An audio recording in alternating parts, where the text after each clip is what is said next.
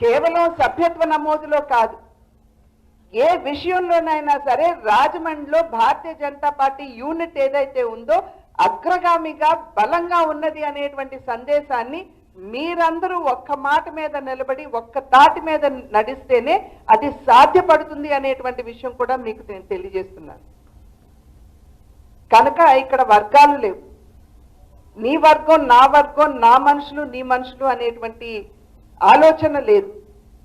మనం అందరం కూడా భారతీయ జనతా పార్టీ కుటుంబ సభ్యులు. కనుక ఆ కుటుంబ శ్రేయస్సు కోసం మనం మనసులో ఉన్నటువంటి ఏదన్నా ఒకంత ఆందోళన బాధ ఉన్నా కూడా వాటన్నిటినీ పక్కన పెట్టి పార్టీ కోసం మనం అంకిత భావంతో పనిచేయాలి. ఇందాక దత్తు గారు మాట్లాడుతున్నటువంటి సందర్భంలో తెలియజేశారు, వారు ఉన్నన్ని రోజులు కూడా, వారు అధ్యక్షులుగా ఉన్నన్ని రోజులు వారు పార్టీ బలోపేతానికి వారు శక్తివంచన లేకుండా వారు శ్రమించారు. ఇన్ఫాక్ట్ మనం 1,00,000 పైబడి సభ్యత్వం చేసుకున్నామంటే వారి నాయకత్వంలో మనం చేసుకున్నాం. కనుక వారి సహకారం కూడా నాగేంద్ర గారికి అందిస్తూ ఈ జిల్లాలో భారతీయ జనతా పార్టీ బలోపేతానికి మనం అందరం కూడా కలిసికట్టుగా ముందుకు వెళ్ళాలి. ఇందాక సోమవీర్రాజు గారు మాట్లాడుతూ చెప్పారు, ఏ విధంగా కేంద్ర ప్రభుత్వం రాష్ట్రానికి తన సహకారాన్ని అందిస్తుందో వారు తెలియజేశారు. నిన్న మొన్న మన రాష్ట్రానికి వచ్చినటువంటి నరేంద్ర మోడీ గారు కావచ్చు లేదా అమిత్ షా గారు కావచ్చు, ఇద్దరూ కూడా చాలా వివరంగా చెప్పడం జరిగింది. 1,99,000 కోట్ల రూపాయలతోటి వైజాగ్ లో హైడ్రోజన్ పార్క్ అక్కడ నెలకొల్పడం జరిగింది. అదేవిధంగా వారు వచ్చిన తర్వాత 11,440 కోట్ల రూపాయలు విశాఖపట్నం స్టీల్ ప్లాంట్ రివైవల్ కోసం తిరిగి స్టీల్ ప్లాంట్ కి ఇవ్వడం జరిగింది.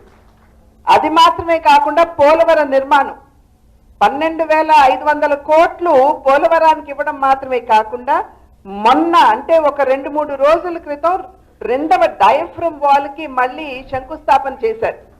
ఎందుకంటే అంతకు ముందు ఉన్నటువంటి డయాఫ్రమ్ వాల్ దెబ్బతిన్నది. కనుక మళ్ళీ 1000 కోట్లు 988 కోట్ల రూపాయలతోటి పోలవరం డయాఫ్రమ్ వాల్ నిర్మాణానికి ఒక 3 రోజుల క్రితం శ్రీకారం చుట్టారు. అంటే ఆ 12,500 కోట్లు ఈ 1000 కోట్లు 13,500 కోట్లు ఇప్పుడు మనం పోలవరానికి కేంద్ర ప్రభుత్వం ఇవ్వడం జరిగింది. అమరావతి నిర్మాణానికి వరల్డ్ బ్యాంక్ మాధ్యమంగా 15,000 కోట్లు ఇవ్వడం మాత్రమే కాకుండా మళ్ళీ హడ్కో మాధ్యమంగా ఇంకొక 11,000 కోట్లు అంటే 26,000 కోట్ల రూపాయలు అమరావతికి, ఒక్క అమరావతికే ఇవ్వడం జరిగింది కేంద్ర ప్రభుత్వం. దీంతో సరిపెట్టకుండా బాహ్య వలయ రోడ్ 20,000 కోట్లు కేటాయించారు. 29,000 కోట్లు అనంతపురం నుండి అమరావతికి రోడ్డు వేయడానికి కేటాయించడం జరిగింది.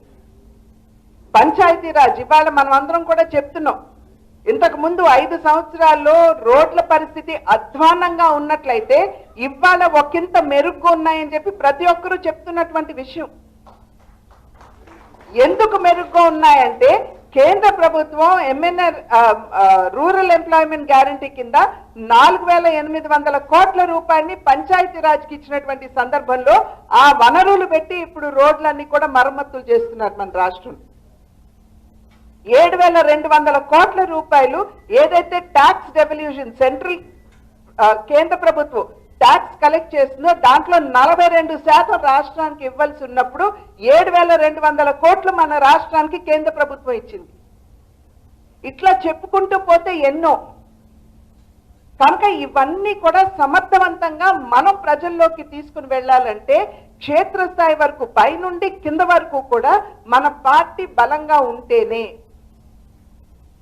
బూతులు మండలాలు ఇవి పటిష్టంగా ఉన్నట్లయితే ఖచ్చితంగా ఏ విషయమైనా సరే మనం ప్రజల వద్దకు తీసుకెళ్ళటానికి చాలా సునాయాసంగా ఉంటుందనేటువంటి విషయం మనం ఇక్కడ గమనించాలి.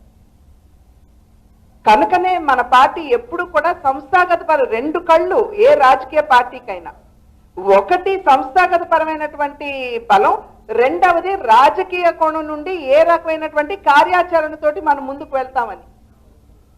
సంస్థాగతంగా చూసుకున్నట్లయితే ఇవాళ మండలాలు బూతులు పెద్ద సంఖ్యలో మనం వేసుకోగలిగాం. అదేవిధంగా రాజకీయ కోణం నుండి చూసినట్లయితే ఏవైతే నేను ఇప్పుడు ఇవన్నీ చెప్పాను వీటిని ఏ విధంగా మనం ప్రజల వద్దకు తీసుకుని వెళ్తాం? మనం పొత్తులో ఉన్నాం. పొత్తు యొక్క ధర్మాన్ని కూడా నిర్వహించవలసినటువంటి బాధ్యత మనందరి మీద ఉన్నది.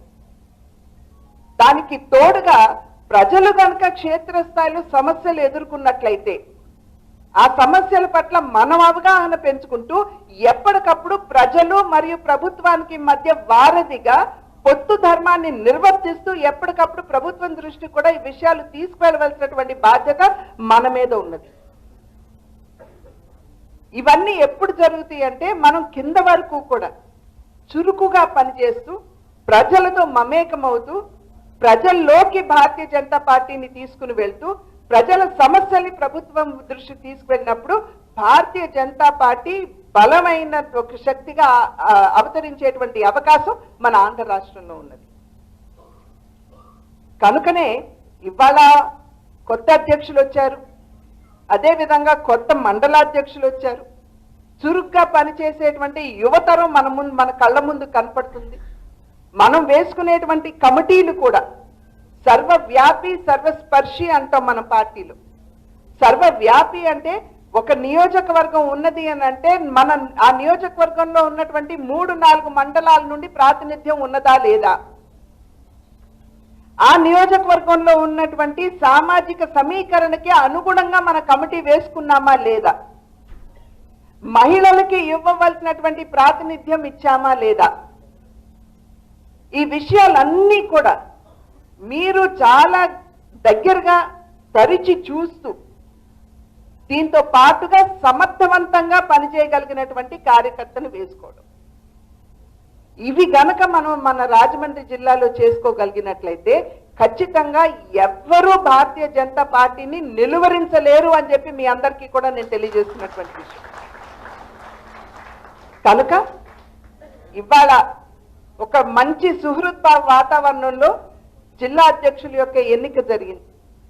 ఇందాకన్నట్లుగా ఆశించడం తప్పులేదు, నిరాశ చెందడం కూడా సహజం. కానీ ఆ నిరాశని పక్కన పెట్టి మనమందరం కూడా ఇవాళ భారతీయ జనతా పార్టీని బలోపేతం చేయడానికి మనం శక్తి వంచన లేకుండా నడుం బిగించి పని చేయాలి అని చెప్పి అభ్యర్థిస్తూ సోదరులు పిక్కి నాగేంద్ర గారిని, అదేవిధంగా కొత్తగా ఎన్నికైనటువంటి మండలాధ్యక్షులందరినీ కూడా పేరు పేరున నేను అభినందిస్తూ నాకు అవకాశం ఇచ్చినందుకు మీ అందరికీ ధన్యవాదాలు తెలియజేసుకుంటూ సెలవు తీసుకున్నాను. నమస్కారం.